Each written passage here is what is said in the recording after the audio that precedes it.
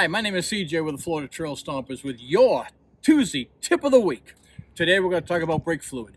For those that have Jeeps and everything else, it's very important to check the brake fluid. On this reservoir, you will see the particular type of brake fluid that this does take. It's right there. Make sure you replace it with the same stuff if you're even adding to it. The other thing is about brake fluid, it's hygroscopic, and that means it will absorb the moisture from the air and it goes in there. I've seen plenty of times being a mechanic and seeing these brake lines rust from the inside out. You don't want that. So what my suggestion is test it once a year. Take it to your local garage. You can even buy the testers off of Amazon. All you do is undo the cap, stick it in there, hit the button, it'll tell you the percentage from water ratio to brake fluid. And please maintain that. That's very imperative.